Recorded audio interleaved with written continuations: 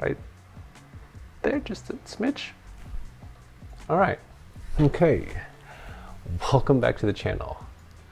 All right, it has been 6 months, probably. It will be 7 months by the time this is probably gonna go live. So, but today, let's get over that. Today, we're gonna be talking about this one right here. Ultra-wide monitors. Are they worth it? Yes. All right, you can log off now. Y'all done. Okay, for real though. In my use case, yes, I'd say they're worth it. So there's some things to consider, right? Use cases, cost, and that's pretty much it actually. Those are the two main factors, I'd say. But having this monitor right here, this Alienware AW3423DWF, mouthful as usual of all monitor names, not the best idea. This is a 1440p 34-inch 165 Hz refresh rate QD OLED. That's also a mouthful. Okay, but when considering tech specs and whatnot, there are two primary things to really consider. First off is going to be the size, right? Are you one that's going to go super large, right? So this is 34, there's up to even 38. Those two are your primary ones that you'll see on the market nowadays. And they go all the way up to 49 inches for like a super ultra wide immersion of gaming, right? And that's a 32:9 aspect ratio. This one, 21:9 aspect ratio. And then my old monitor, repurposed, that's a 16:9 aspect ratio. So bunch of different things to consider when looking at ultra wide monitor market. And the market's been, I'd say, emerging. And before even just jumping into productivity, something to consider as well is the cost of the monitor. And costs are going to vary a bunch by both feature set as well as refresh rates. I think the biggest one being if you're a gamer, you can want that higher refresh rate, but if you're not, you could probably get away with a 60 or 75 Hz refresh rate monitor, and that will probably cut down a lot of your costs. Unless you're also a content creator and you want like HDR or looking for super color accurate displays, that's also going to be costly as well. So biggest two things is both size as well as cost. Now, the main reason, like I said, right, I wanted a ultra wide monitor was for productivity. So in my use case, having that extra width of space right here for coding, it's pretty nice, right? In the past, I used to try to squeeze as much as I could information on here into this 16:9 monitor, or having that dual setup with this and another one. It just felt a little bit odd in the sense of like having that black bar in the middle wasn't too helpful for me. But here I usually lay out 3 different files at a time for coding, and sometimes I'll try to even squeeze a 4th file. But with 3 files, it feels pretty nice, breathable, depending on what you're looking at. And then I usually have some sort of documentation open, whether it's React or Stack Overflow docs. It's pretty nice to just utilize that extra space for coding. Now the next reason is for content creation. Now this one specifically has really good color accuracy, but for gaming too even. I'll get that into another review one day. But in this case, for content creation, for ultra-wide monitors, it's really nice because I like to make a lot of videos, and having an extra space for the timeline is pretty nice, as well as those UI elements when I try to add animations, title overlays, or when I'm looking at raw files on one end and my finished video that I'm trying to post for production on the other side. It's pretty nice to be able to have both of them and not feel like you're cramped in together on a smaller, just 16:9 screen instead. And then sometimes I do dabble in Photoshop for my thumbnails, as well as if you yourself are a professional photographer, utilizing this for Lightroom. You can have multiple files open at a time, compare and contrast different things. For me, I like to have a tutorial open on one side on YouTube, as well as watching them and kind of figuring out what I need to do to make it look right in my thumbnail.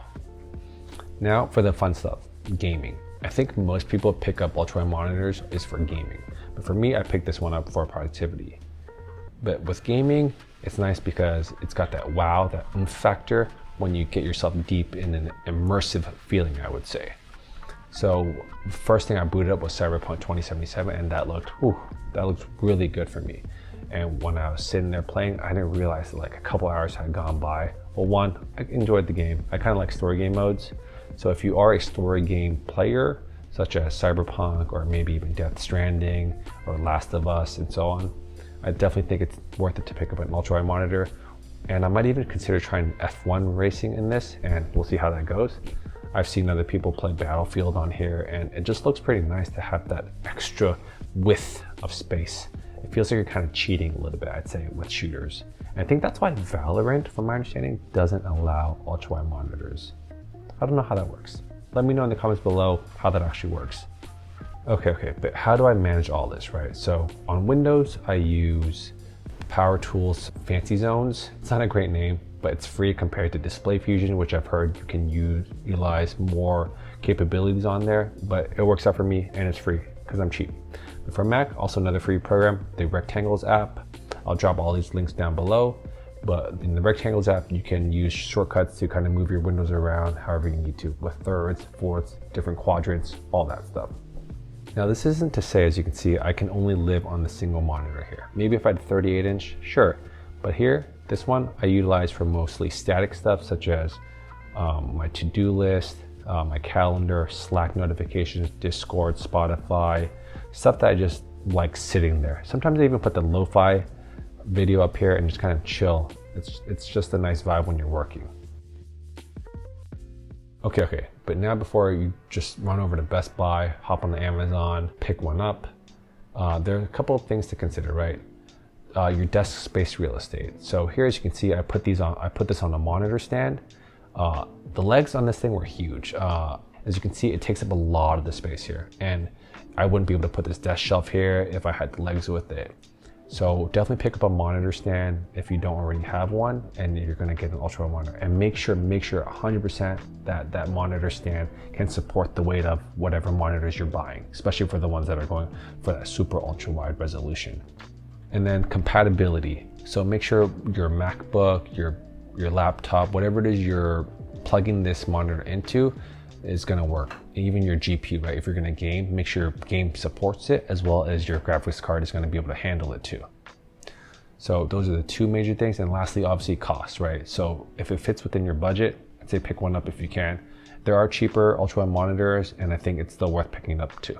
And then if you're considering picking this up for content consumption, like watching YouTube, Netflix, Hulu, yeah, that's a no. There's a bunch of black bars on the side. So there are workarounds for extensions that you can make it feel ultra wide, but you do cut off some of the top and the bottom when it does zoom in.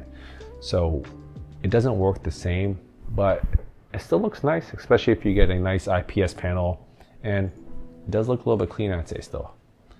But again, black bars will occur on the left and right. So something to consider. Are ultrawide monitors worth it? Yes. But also depending on what it is you're going to be doing and using it for.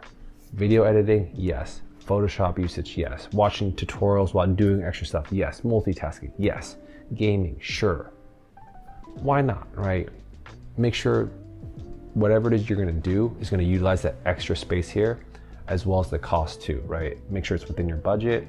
I definitely think it's worth picking one up and trying it out for yourself and seeing if it improves your multitasking capabilities, as well as your productivity or even your content creation too. And I will get a full review of this thing in sometime in the near future, so stay tuned for that. And if you made it this far, thank you, and hit the like button if you enjoyed this and found this helpful, as well as hit the subscribe button too if you're trying to wait for the review of the AW3423DWF on a MacBook, as well as on a Windows machine too. I'll catch you guys in the next one. Peace.